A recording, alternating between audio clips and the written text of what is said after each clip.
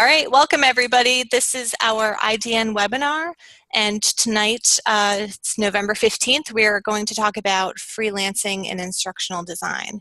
So we have two great students here. One, Joan is a former student who's graduated from the program in 2016, I believe, right?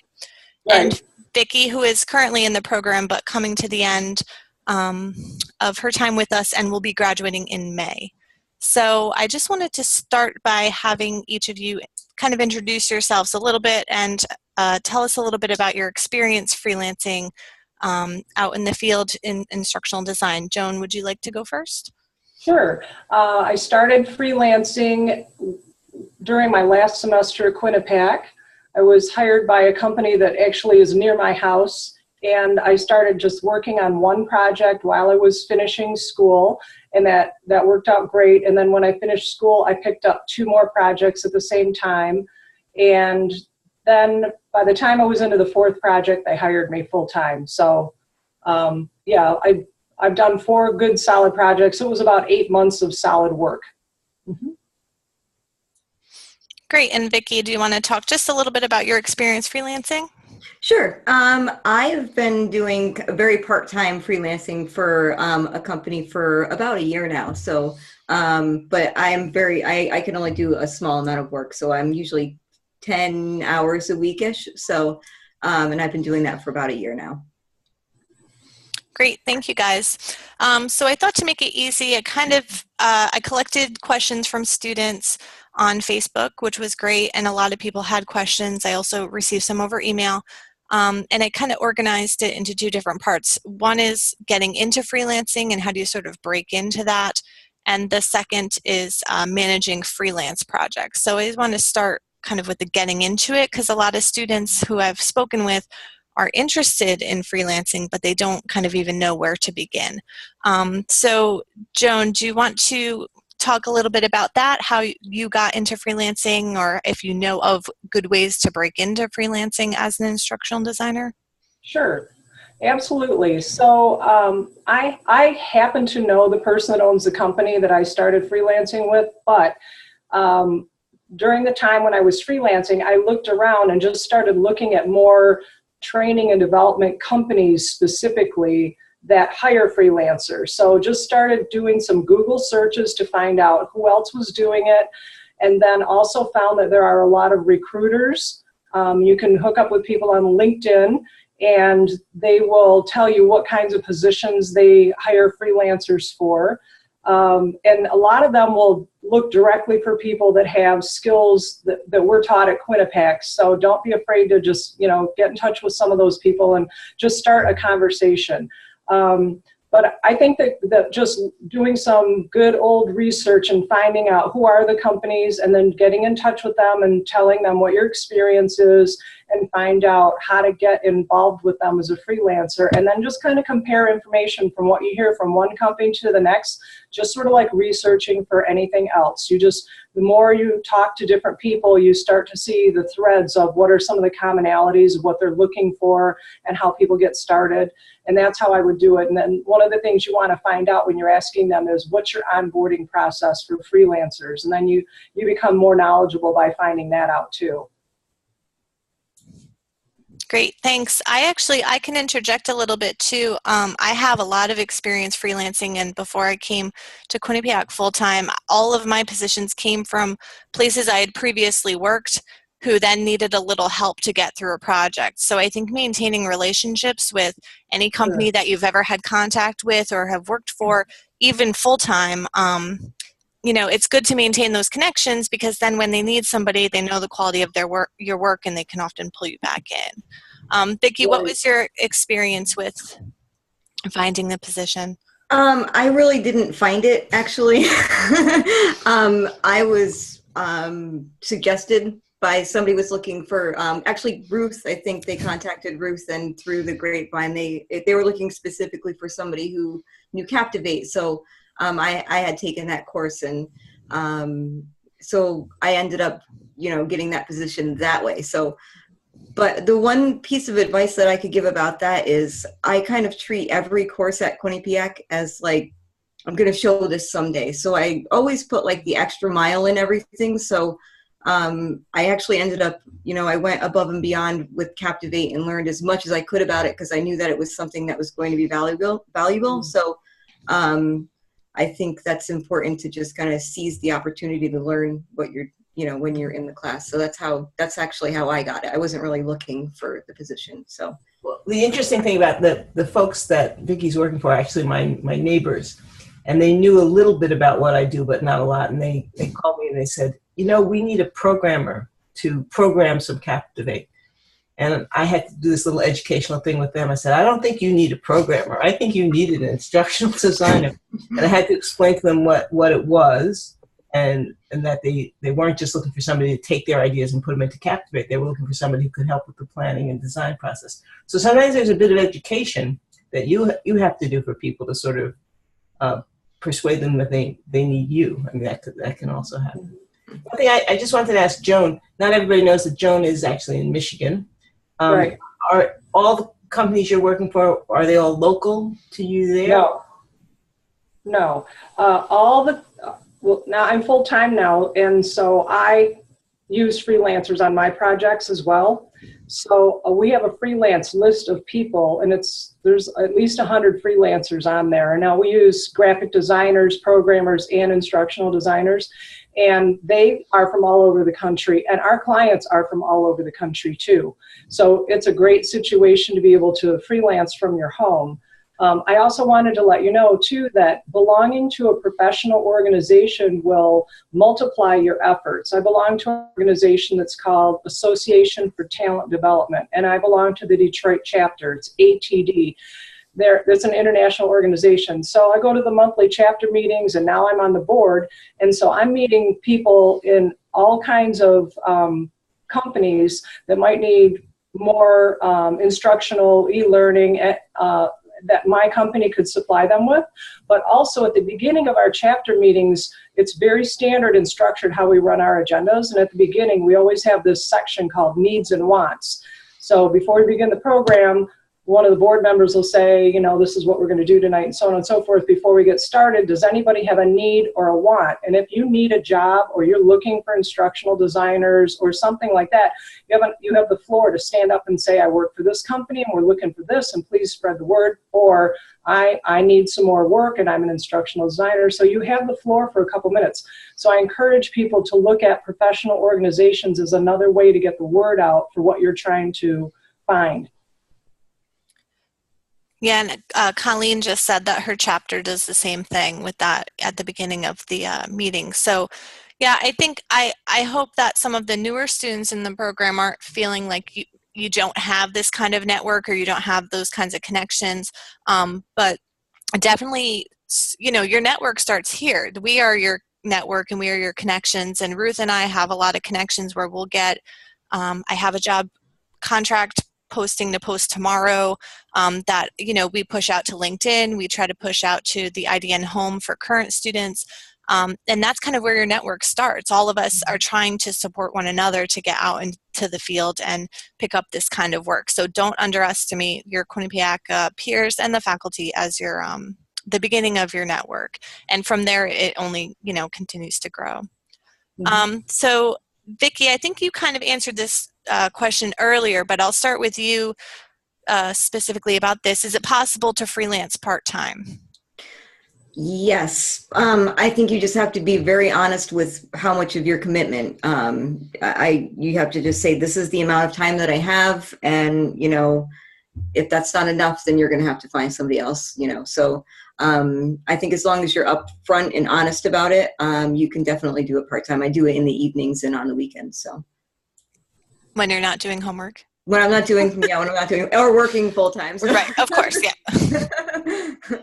And how about you, Joan? Now you're full-time, but in the past you have done part-time? Yeah. So what happens is in our project cycles, there'll be very specific times that we need the instructional designer to spend some time. For example, we'll do a pre-project kickoff meeting. So maybe the first week we only need you for 1 hour to be on a webinar to get that knowledge about who on our team is doing what. And then we'll tell you next week at X time, if you're available that time, we'll schedule it so that now we're all meeting as a team with the client. We're doing a client kickoff meeting.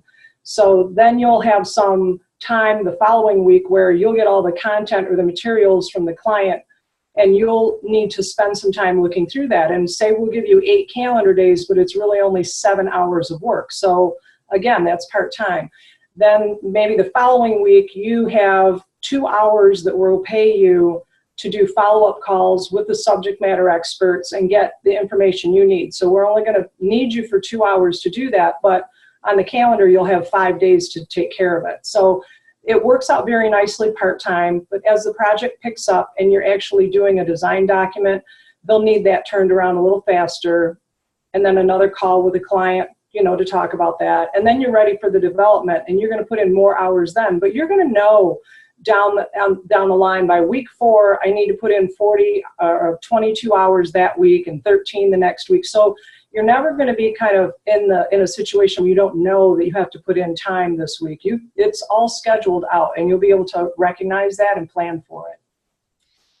Yeah, I think that's a good point. I've worked for places that have never had contractors before, and then I've worked for places that contract lots and lots of people. So obviously the ones who frequently contract out work have this kind of plan laid out. So like Joan said, you can, you know, they'll tell you here's where the peak of work is going to be.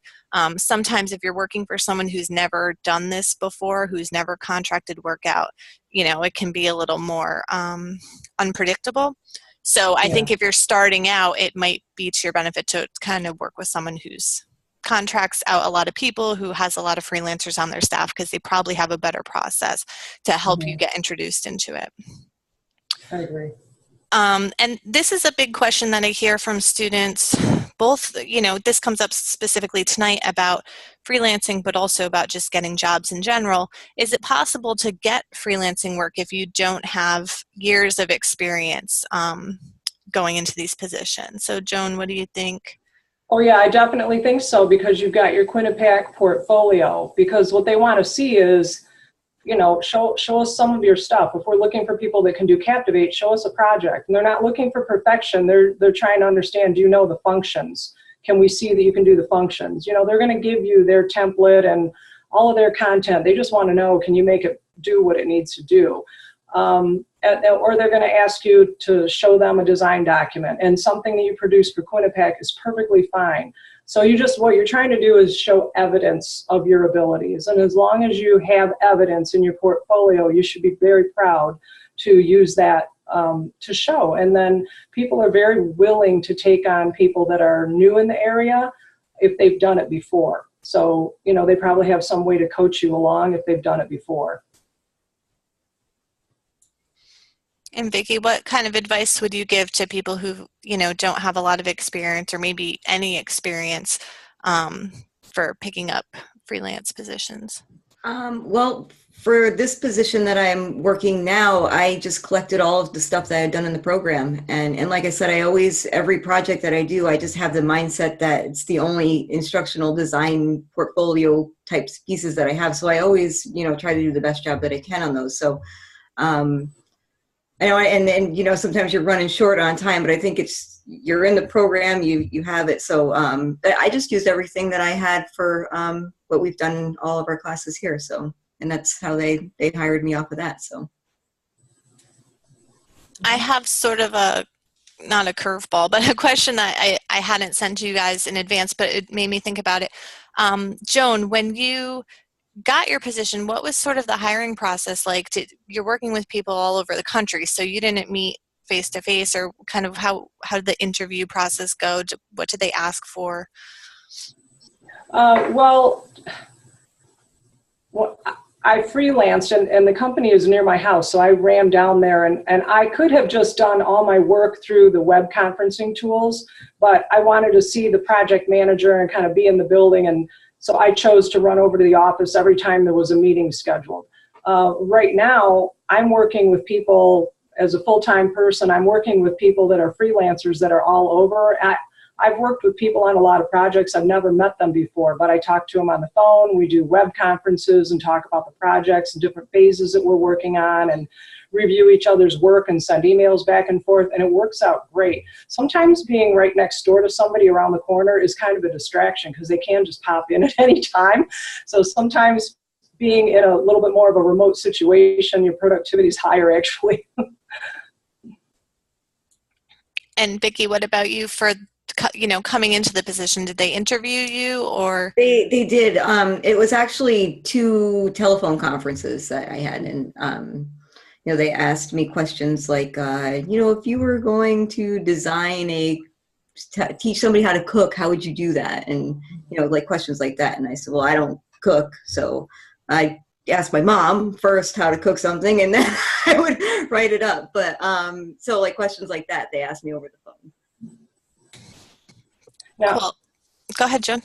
I did have a couple of interviews before I started to work for this company full time, and don't be surprised if they do ask you to create something specifically for them.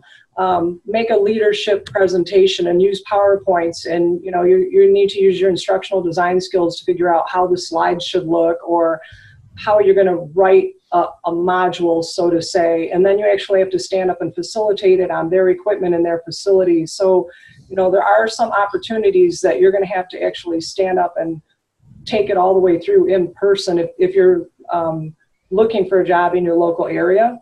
So I wouldn't be surprised if you have to kind of put on that kind of work into it, where you won't use your Quinnipiac work, but you'll use your skills to produce something that they want in order to do the interview. And you can even do that over the internet. The one I did just happened to be in person.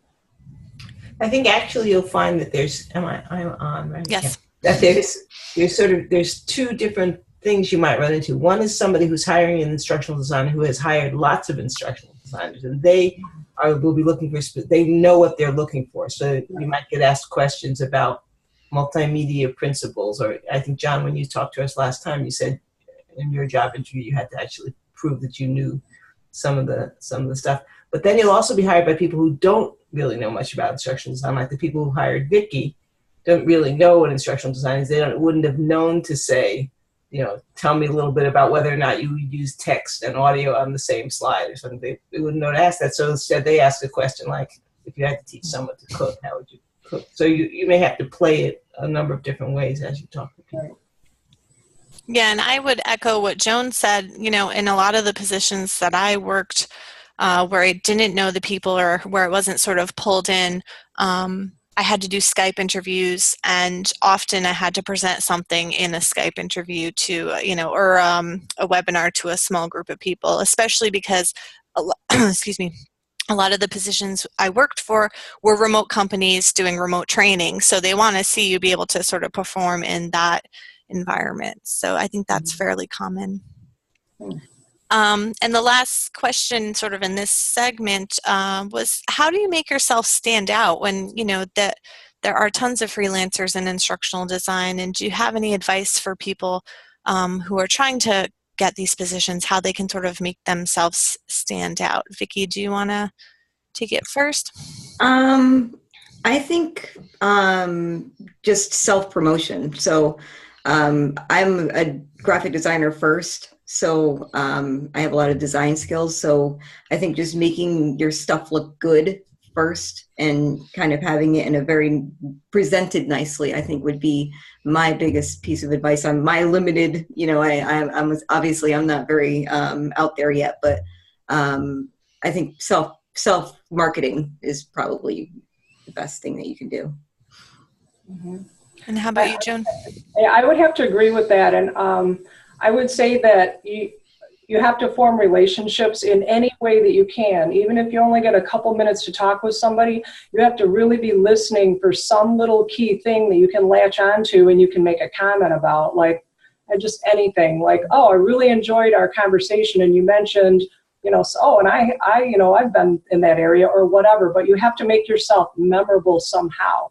So because all my clients are remote, I try to listen in meetings and figure out which one has a kid in soccer, which one went to what school, which one used to be an instructional designer. I just listen really hard for some personal cues so that when I interact with them again, we can talk about that. Or if we're killing time waiting for someone to join the call, we can, laugh about what your favorite song is or whatever. But try to find something that you can build a relationship bridge with them on. In addition to what Viki said, because that, your skills are most important, but they've got to like you, you know, so you've got to be in it to show some of your personality and show that you're willing to be an interesting person to be with, even if it's in a virtual situation. Yeah, and I think in a lot of ways it's harder to do that in a, you know, in a virtual situation, to make those connections, and also, like Viki said, to make your stuff look good, because that's oftentimes it's all they're seeing, or it's the first thing that they're seeing is your resume or your, you know, example content that you're showing them. So that sort of wraps up the questions that I had around getting into freelancing and getting started with freelancing. Do any of the students that are here on the call want to ask any questions kind of in that realm? And if you do, I'll give you a second to type. You can either type in the chat, or you can come on, turn on your microphone and talk to us, or you can come on video. I don't know if anyone had any sort of follow-up questions or just questions about breaking into freelancing. And I'll give you guys a minute, and if not, then we can just move on. I don't see anybody jumping at the chance. All right. So the second segment, I kind of want to talk about managing freelancing projects. How, you know, once you get these jobs, kind of how do you make it all work? So the first, let's see. Well, this actually goes back, I think, getting into freelancing, but how do you figure out kind of what to charge for a project when you're pitched a project? You know, have you been approached with a price, or have, you know, you offered up what your rate is? Kind of how do you manage that piece of it? Well, the company that I've been working with and that I was a freelancer for, they already have rates, and they know exactly what they're going to pay for the graphic designer, the instructional designer, and so on. And they are right there with where the market is. So they're going to have a contract, and in the contract, it's going to be for X amount of hours at X number of dollars per hour. It's very common to be paid around $50 an hour. So if you're with a company that uses freelancers regularly, they want to be right in that mid to top range, because they want to establish that relationship with you too, so that when they have projects, they can count on you to want to be involved and stay on their list and things like that. So I don't think that you should really look for anything less, because I came right out of school and was paid at that rate.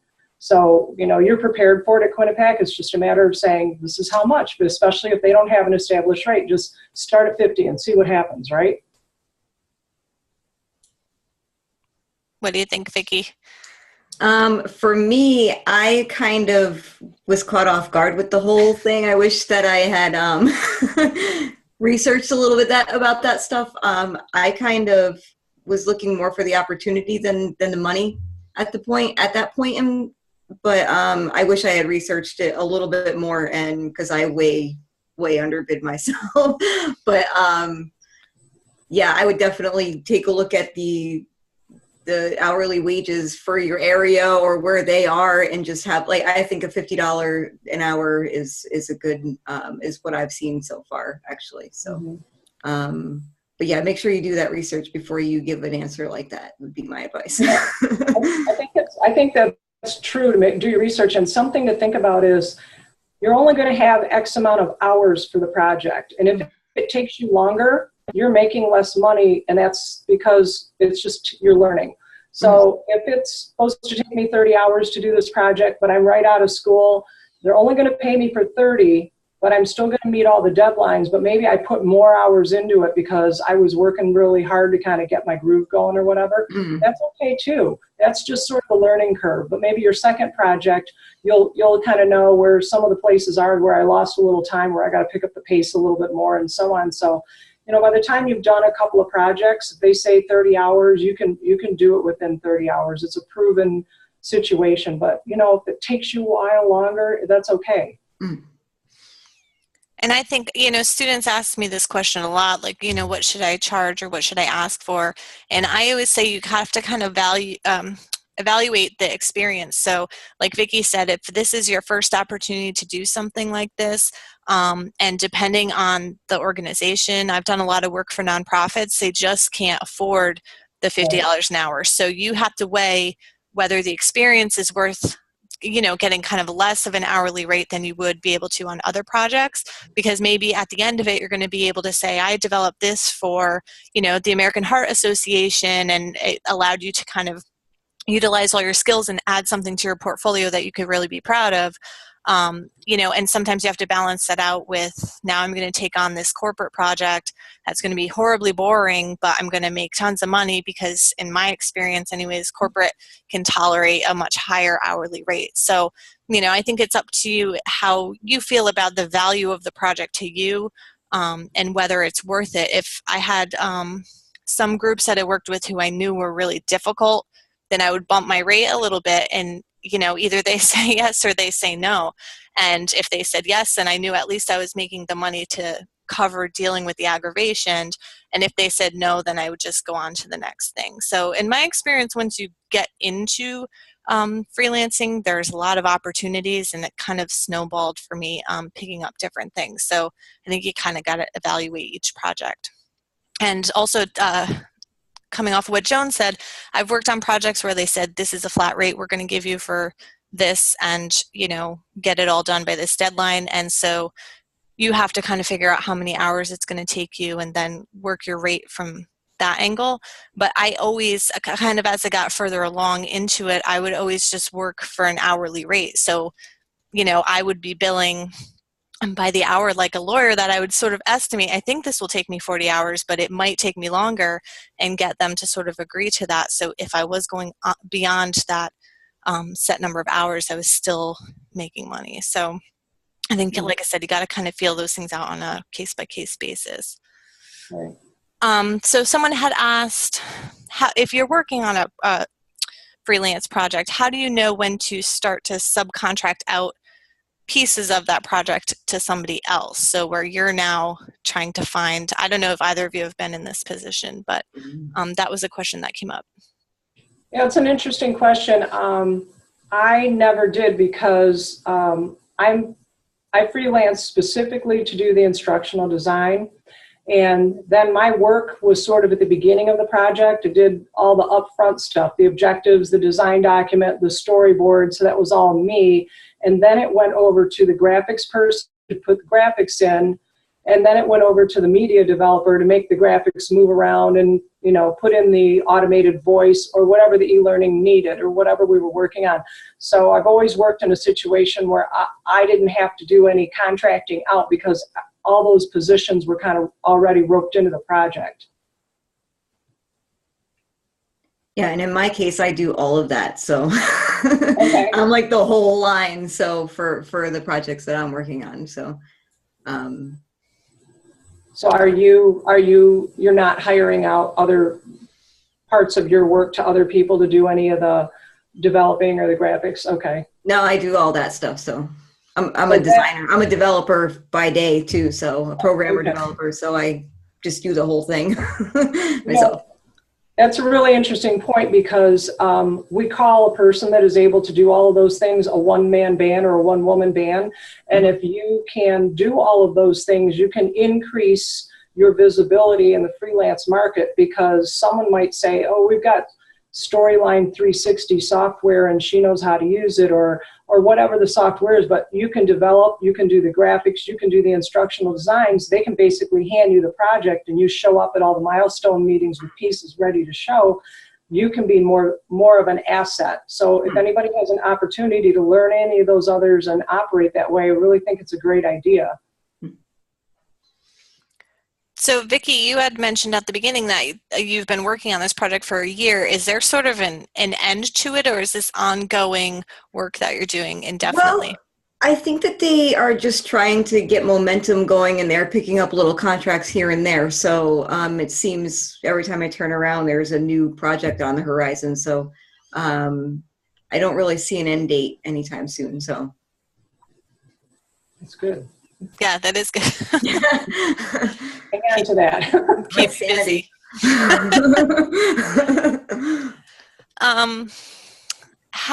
So sort of the next question is, how do you track keep track of your projects, and sort of what are your time management strategies? How do you manage your time and keep track of everything for each project?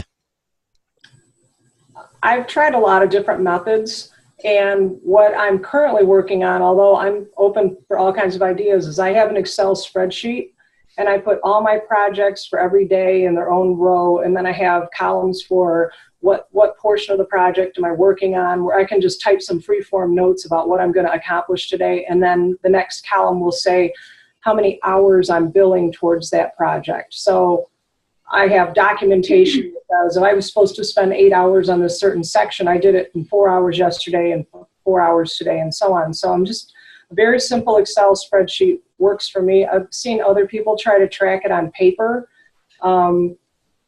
Other people are using their Outlook calendar, but when you get 3 and 4 projects into your Outlook calendar and you've color-coded everything, to me it kind of gets a little crazy looking, but for other people that operate well in that arena, that's a good method. So I think you have to play around to see how it works for you. Yeah, and I guess for me, with my one project, I just fill out an Excel spreadsheet and just put the task and how long it took me and what I was doing, just to keep track in my, so I can actually use it as historical data, so I can estimate how long the next thing's going to take me. So that's how I kind of keep track of stuff like that. So good. Yeah, I used to use paper, just paper and pen, and then transfer into an Excel spreadsheet. So again, that you have that, you know, ongoing list. It's easy to add to, you know, kind of keeping track of what you've done, and then keeping it in a spreadsheet so I could see, like Viki said, how long does it take me to write a project plan or develop a module or write a set of objectives, and I can use that then the next time I try to pick up a project. Those are all the sort of formal questions that I have. Does anyone have any questions, or do you guys have anything you kind of wanted to address or talk about?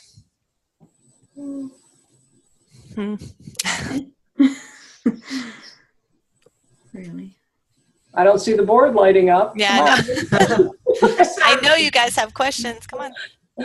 Do either of you use, there's some snazzy project management kinds of applications out there like Asana or other, do either of you try them or use them? That's a great question. My company, we have mostly project managers, and then we freelance a lot of other things out. And I've asked every single one of them, what's your method? Are you using, you know, software like that? And nobody is using a software. It kind of blew my mind when I started, and everybody is using their own method. Some people have, like, you know, lots of sticky notes, very organized. Other people keep a binder and a folder for every single project. One person has a giant spreadsheet, and every client is on a different spreadsheet, and it just depends on what works well for you and the team you're working with. It suggests there's some work to be done with developing a software that is, I mean, people are not using these other softwares presumably because they're not user-friendly or they don't do what you need them to do. Well, for me, it would require that my clients would also be in the software. And because our projects go on, you know, we think we're going to start and finish them in an 8-week cycle, and then it kind of changes as the client, you know, needs change or as their review times change and whatnot. So we would have to train every client to use the same software. That wouldn't work. And then because our model is to use freelancers, then we'd have to have all the freelancers trained in it too. So it really just doesn't work for us in particular. Everyone can. I think if I worked for a corporation and we were totally inside people, I think using a software would be ideal. With so many freelancers across the nation, I don't know how you would get them all in the same system. True. Looks like there are a number of questions that have just come in. Stephanie asks, what are the best places to look for freelance jobs in your experience? I would go to LinkedIn and I would start looking for full-time positions and emailing them and finding out if they use freelancers on part of their projects. I would find training and development companies and start researching them and find out how do you become a freelancer for them. Like I said, I would go to association meetings and start letting people know that you're available, and people will start networking with you. It will happen. I don't know. Those are the main ways I would go about it. And Colleen, she'll be starting the program in the spring, And she's asking, what format or website or software do people recommend for putting a portfolio together? Colleen, we do work on that a bit in the capstone project, but what have people found that they like to use for your portfolio? Oh, for what I put my portfolio on? How you did your e-portfolio, yeah. My portfolio, I put together a website, and I put all my projects on the website, and then I could give the link to people to look at, and that seemed to work pretty good. Yeah. Viki, where do you put yours? I actually created just a simple one in Wix. Wix is very easy, and you can make it actually look pretty nice, I think. But the one, my official one, I'm just building myself. So, but I do like Wix. Wix is a good website to build stuff on. Right. It's easy. I think that's the most popular with students right now. We don't recommend, but we have a tool at Quinnipiac. So Colleen, once you get to that point in the program, we'll introduce you to that tool. But it seems that most students quickly defect from there and kind of go the build your own website route using something like Wix, which is really straightforward. Some people use WordPress because I think you have a little more control. Yeah. But that's the approach that people seem to take. Mm-hmm. And then Latoya was asking, I haven't heard of either of these sites actually, Upwork or Guru. Have either of you heard of them or used them? Or I haven't heard of those. I've heard of Gribble, but not Upwork. I don't know which ones that one is. I'll have to investigate. I feel like I should know more about, which of these sites are good. A colleague of mine and I talked a couple of years ago about starting some kind of site where people could find companies could find freelance instructional designers and instructional designers could find work, but obviously we haven't done that. So, but I mean, I think it's a field where there's a big need for contractors because in a lot of cases, companies are developing training that's, it's a one-time project. They don't need somebody on site constantly. They just need to develop something and deploy it. So it really kind of lends itself to contracting. And I think in, a lot of the positions I've had have been in higher ed where universities are trying to put a certificate online or a set of courses online. So again, they just need somebody for short term. So in terms of looking for jobs in those types of venues, I always use Indeed, Indeed.com, LinkedIn, or highered.com also is where I found a lot of the higher ed positions that I've worked in. So I think those are good resources. Any other questions? I also have a book recommendation. The title is really corny, so be prepared, but it's called My So-Called Freelance Life. And it's from, I think it was written in 2008.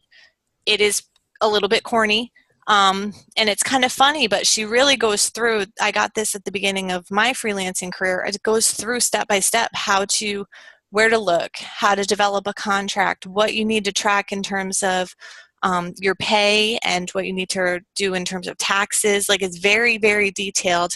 And the subtitle is How to Survive and Thrive as a Creative Professional for Hire.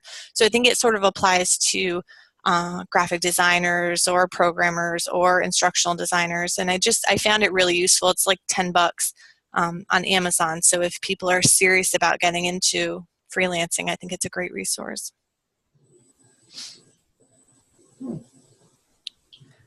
Any other questions or anything people want to offer?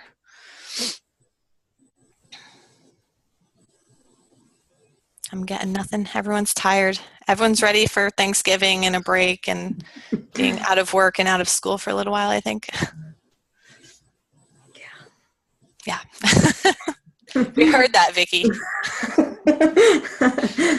Well, thank you guys so much for taking the time tonight to, share your experiences with us, and for, all the students who attended for asking such great questions and for being here.